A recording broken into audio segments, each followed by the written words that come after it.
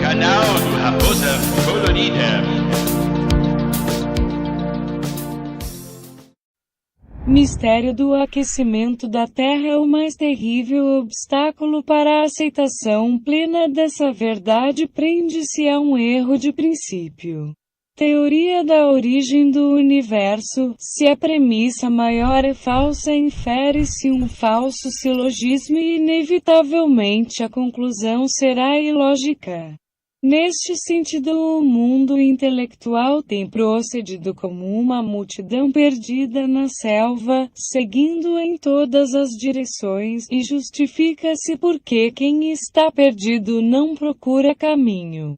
O autor confessa que também ele faz parte dessa mesma multidão, porém, um dia, Deus, o Criador do Universo, lhe desvendou um mistério dentro dessa problemática, que lhe permite, através da estrutura das montanhas, mesmo pelos mapas, saber a direção da corrente marítima há milhões de anos passados, o que lhe permite, humanamente incrível, um desvendar de mistérios para o passado e para o futuro, quando a mente finita entra em afinidade com a mente infinita.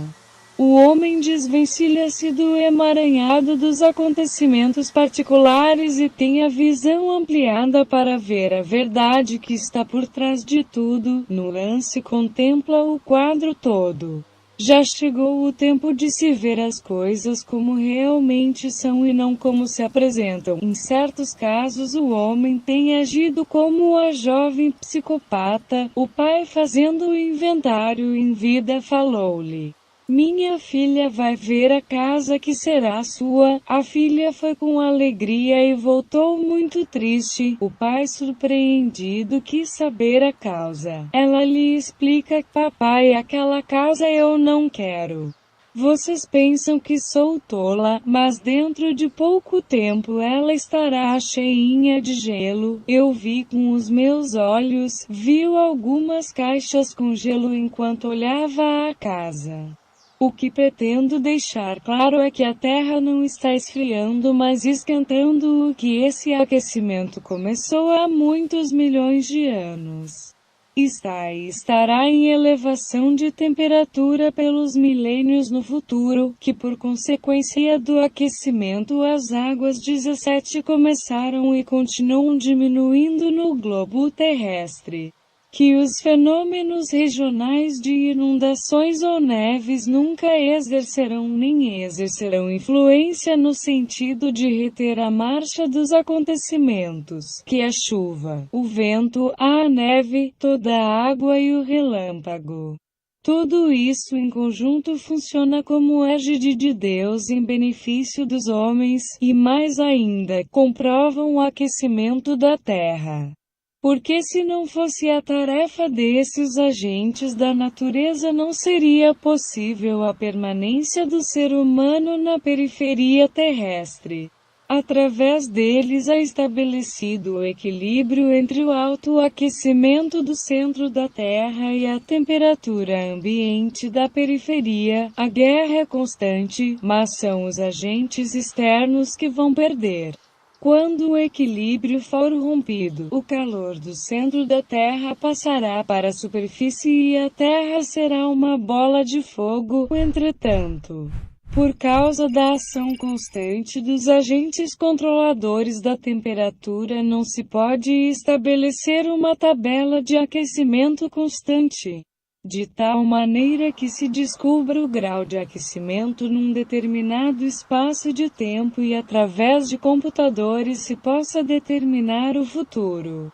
Porque a periferia terrestre pode ser aquecida durante dezenas de anos e esse mesmo aquecimento atinja a um determinado grau que provoque o desencadeamento de uma ação enérgica dos agentes controladores da temperatura de tão grandes proporções que a periferia terrestre passa imediatamente para um período não tão longo como o anterior, decrescendo a temperatura. É verdade que no correr do tempo outros fenômenos podem influenciar por espaço para o superaquecimento da Terra no ano de 1983, responsável pelo desencadeamento das inundações no Brasil e em outras partes do mundo, apresenta-se duas causas distintas.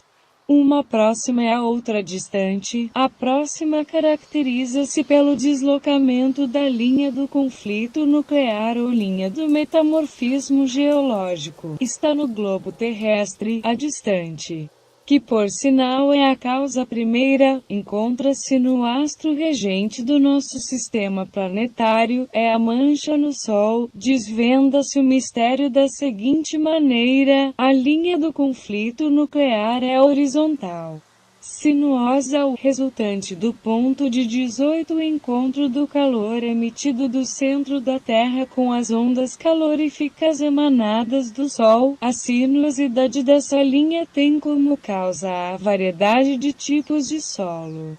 Sua localização mais ou menos profunda na Terra é sempre relativa à permeabilidade do solo. Quanto mais impermeável, tanto mais profunda, chegando ao ponto nos desertos arenosos de ser encontrada bem acima do solo, provando que o inverso também é real. Porém, a causa do deslocamento geral da linha que está contribuindo para as inundações, não só no Brasil, mas em outras regiões da Terra, é a que tem sua origem na mancha do Sol.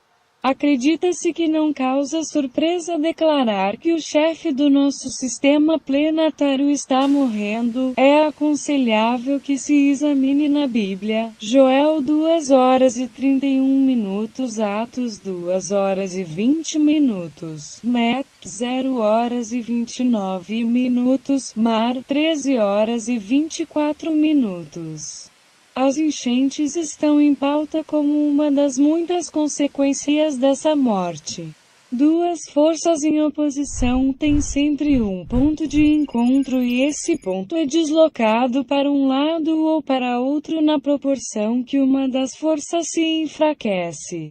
Quando o poder vital do Sol estava em ascensão, esse ponto era recuado, proporcionalmente, para o centro da Terra. Assim que seu vigor entrou em declínio, o encontro das forças foi se deslocando naturalmente para a periferia da Terra, permitindo ao mesmo tempo que o superaquecimento do núcleo central viesse refletir com maior intensidade na crosta terrestre e concentrando-se principalmente sob os planaltos. Do que resultou o desencadeamento do fenômeno, tal aquecimento atingindo tanto os planaltos continentais como os que se encontram nas regiões congeladas dos polos. Ao mesmo tempo que prepara aqueles tornando-os insaciáveis por meio de um aquecimento normal, destes arranca as milhares de toneladas d'água que são tragadas rapidamente em verdadeira ânsia nuclear.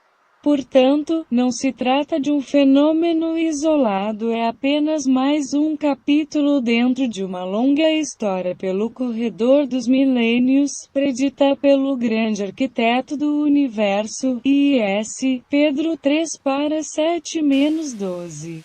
Resumindo, o calor derrete o gelo da Antártida e as nuvens superlotadas partem em direção ao continente procurando o planalto mais próximo onde 19 vai acontecer a precipitação que, no caso em foco, não teria outro endereço senão o sul do Brasil. O assunto é complexo. A ciência afirma, a Terra está esfriando.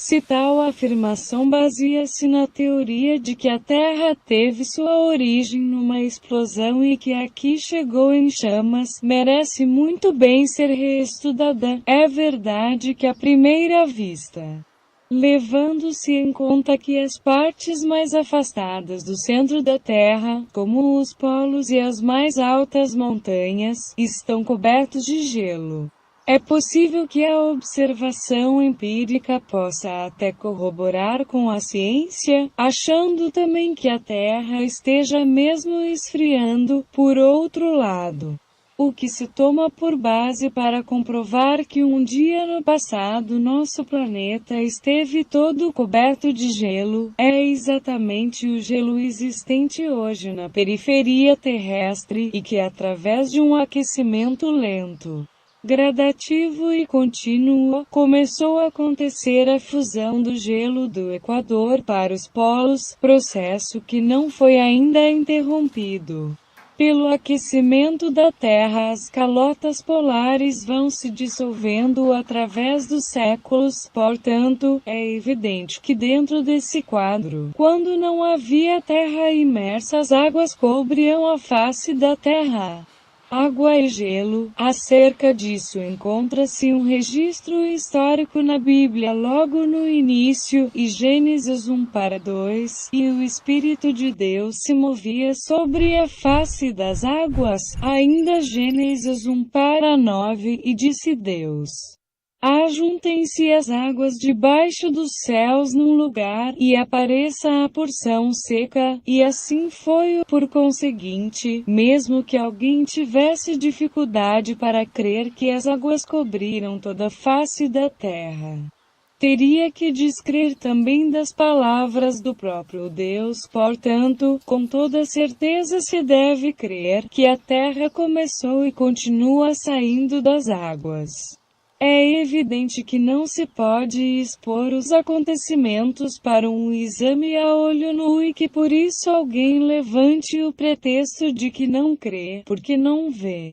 Todavia não se deve ignorar os fatos porque não estejam ao alcance da visão física, levando em conta que as mudanças no universo físico, mesmo sendo constantes, realizam-se dentro de tão vasto espaço de tempo, que ao homem seria completamente impossível observá-lo, porquanto sua permanência neste mundo seja de tão curta duração. Por trás da declaração, as terras estão saindo das águas, e existe uma resultante lógica: as águas estão em constante diminuição no globo terrestre, o que é um fato. Se assim é, por que não se observa?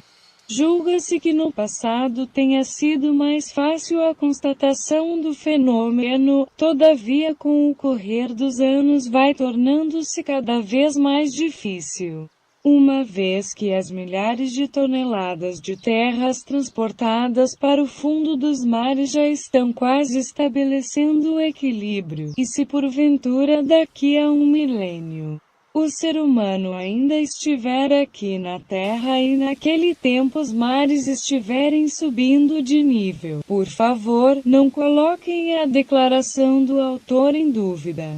Porque a causa será que a quantidade de terra levada para o fundo dos mares tenha sido maior que a diminuição das águas. Todos os mares serão no futuro o que é hoje o Mar Morto.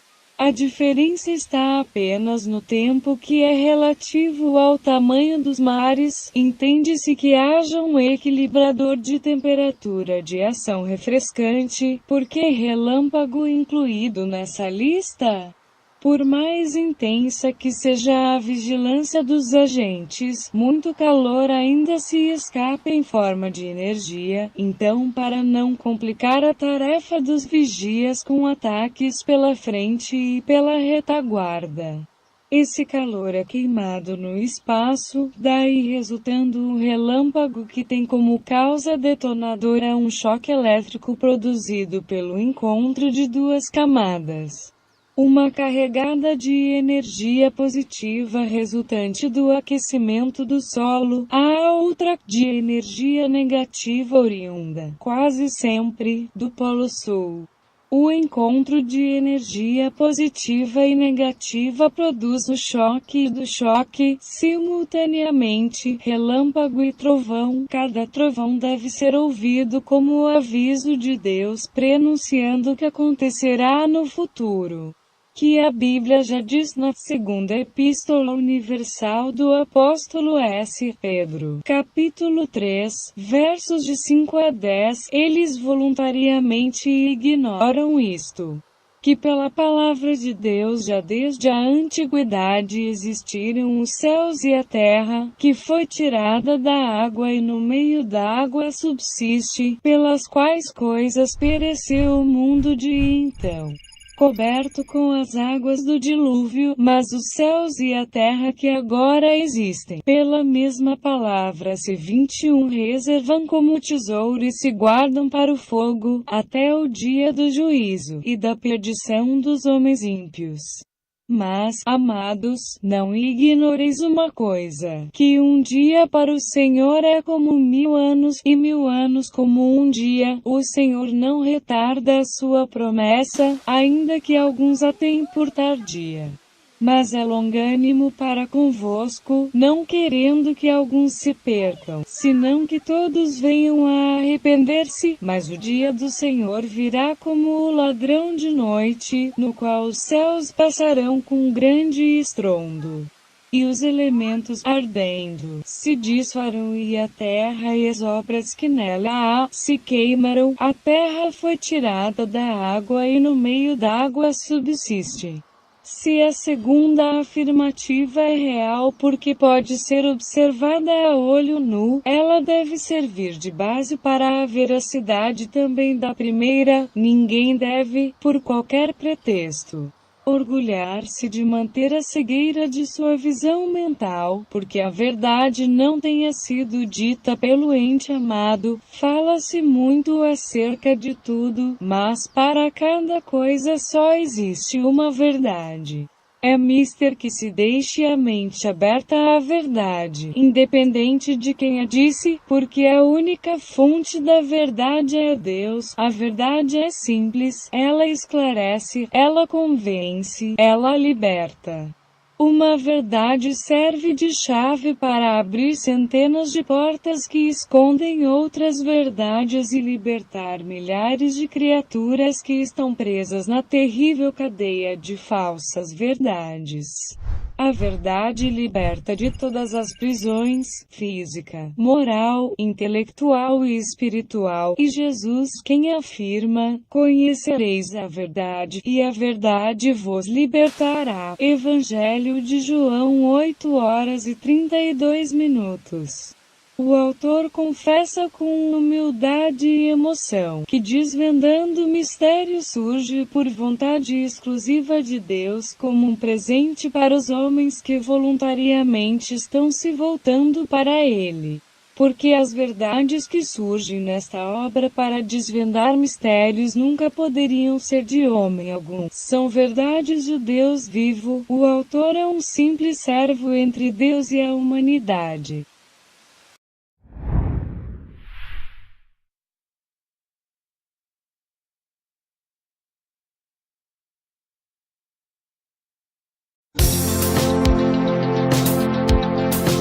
Canal do Raposa Colorida.